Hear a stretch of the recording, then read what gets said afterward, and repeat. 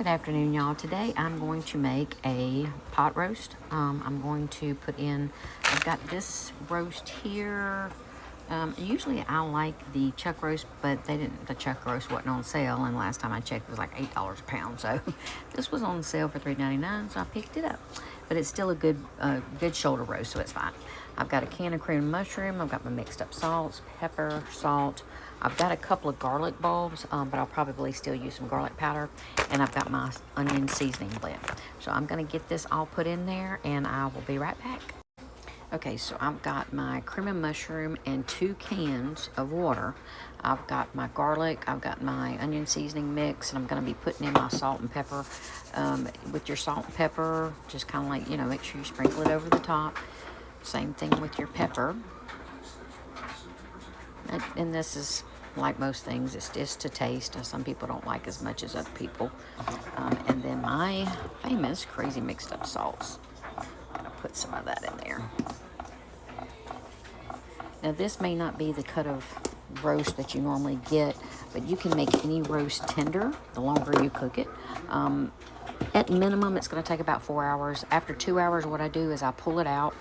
I cut it into smaller pieces so it'll have time to soak up more of the gravy, but also it'll be super, super tender, like falling apart. So I'm going to get this put in. I'm going to kind of stir this around, put this in the oven, and it will be ready in approximately 4 hours or 5, depending on how long it takes this big of a roast to tender up. Okay, so you've seen me make the green beans. These are frozen peas from our garden last year. We also had peas. So I put pretty much the same thing. I put onions, I put salt and pepper, I put crazy mixed up salts, and bacon bits. This, because again, it's fresh, or if you buy frozen, they need to cook longer. So I'm going to go ahead and put these on a medium low and let them cook, let them cook down. So by the time the roast and the rice is ready, then these will be ready as well. Okay, so it's been there about an hour and a half. I went ahead and pulled it out and got it cut up. Of course, you can see it's not cooked yet. It's going to need to cook probably, this is a little bit tougher roast, so I would say probably at least another 2 hours.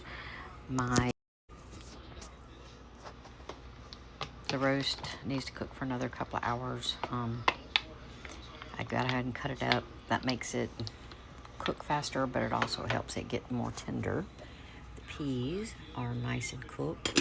I'm still going to let them simmer some more on low. And I'm going to put this back in the oven for approximately 2 hours, and we will check it again. Okay, everybody, the roast has been cooking in this ceramic roasting pot on 350 for approximately 4 hours. I just pulled it out and checked it. The longer you cook the roast, of course, the more tender it will be. But my way of just checking to see, as far as tenderness, is you can just take your spoon, and if it goes into it, if it just breaks it up just by pushing into it, then it's going to be tender. So it is cooked now. Of course, you can cook it a little bit longer, but as you can see, it's just breaking apart with me just spoon pressing it. So the roast, you can see it's a nice brown gravy that goes along with it. If you want, you can add potatoes and carrots the last 30 minutes of this, so that way you have your potatoes and carrots in here. I don't always use potatoes and carrots. And then here is my peas I've been cooking on. Okay, so again, my roast is done. I got my peas finished. As you can see, they cooked down. The onions and all just kind of cooked down, and it made, almost like a little gravy with it. I like to just pour this over rice as well. That can also be a meal. Again, you can add potatoes and carrots last 30 minutes. Here is it plated up. I've got the roast, I've got my peas, and I've got my potatoes. My rice and gravy. I'm going to get this taken over to my mom and dad, and then I'm going to make us a plate. This size roast would probably feed about 5 or 6 people with the gravy. And again, that's just 1 can of mushroom and 2 cans of water with your seasoning in it. I tasted the seasoning. The seasoning is great. So enjoy, y'all.